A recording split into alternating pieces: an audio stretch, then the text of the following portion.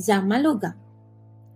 Zaman batu merujuk kepada penggunaan teknologi batu dalam kehidupan manusia. Manakala zaman batu terdiri daripada 3 kategori zaman, iaitu zaman Paleolitik, Mesolitik dan zaman logam.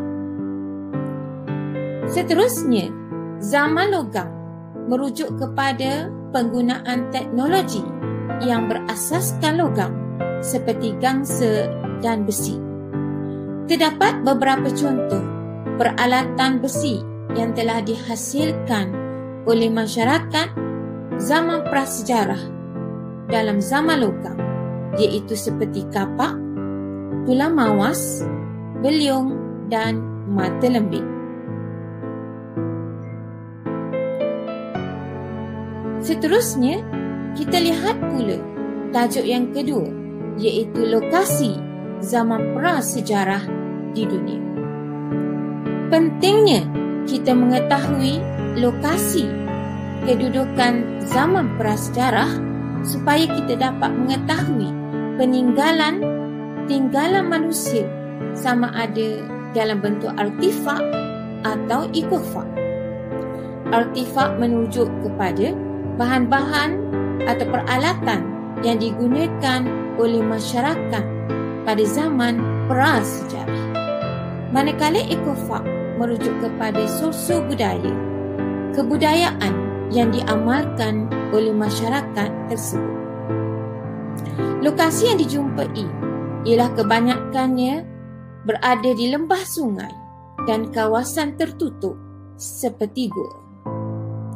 Fungsi lokasi dan tapak yang ditemui kebanyakannya merujuk kepada tapak pertempatan, tanah perkuburan, kawasan bandar, kawasan perburuan atau pembuatan alatan batu.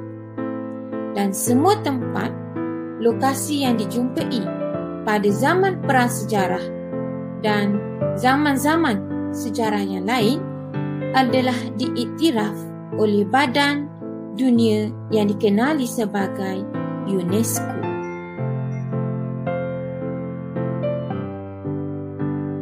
Kita lihat dulu lokasi zaman prasejarah di dunia.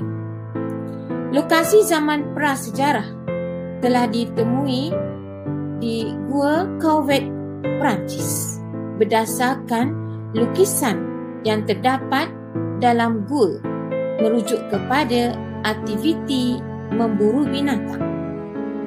Manakala di Altamira, Spanyol juga terdapat lukisan dalam gua. Lokasi di Hatayaluyuk, Turki merujuk kepada tapak aktiviti untuk kegiatan ekonomi utamanya seperti pertanian bagi penanaman barley dan gandum. Manakala di Stavanger, Britain, bangunan yang ditemui merujuk kepada binaan upacara ritual dan tempat mengkaji bintang. Bhimbeka di India terdapat juga tapak manusia zaman prasejarah, diikuti oleh Zhaokondia di negara China merujuk kepada rangka manusia Peking Man. Manakala di Shangri, Sokhta, Iran, terdapat lokasi yang merujuk kepada fungsi kawasan perumahan, perkuburan dan kawasan pembuatan barangan harian. Dan yang terakhir ialah kawasan di Göbekli Tepe di Turki yang merujuk kepada tempat bagi upacara ritual. Upacara ritual merujuk kepada upacara pemujaan bagi kepercayaan masyarakat zaman prasejarah. Seterusnya, kita lihat pula lokasi di Asia Tenggara. Terdapat beberapa tempat telah ditemui di Asia Tenggara antaranya di Ban Chiang, Thailand.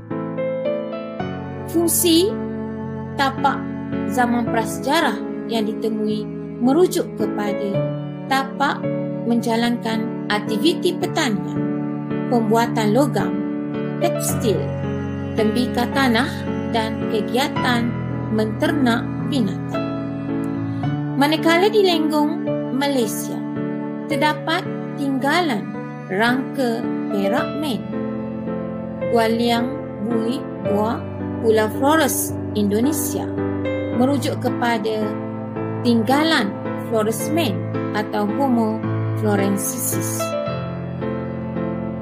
Di Gua Padah Lim iaitu Myanmar terdapat juga tapak zaman prasejarah iaitu tempat tinggal bagi mereka di dalam gua.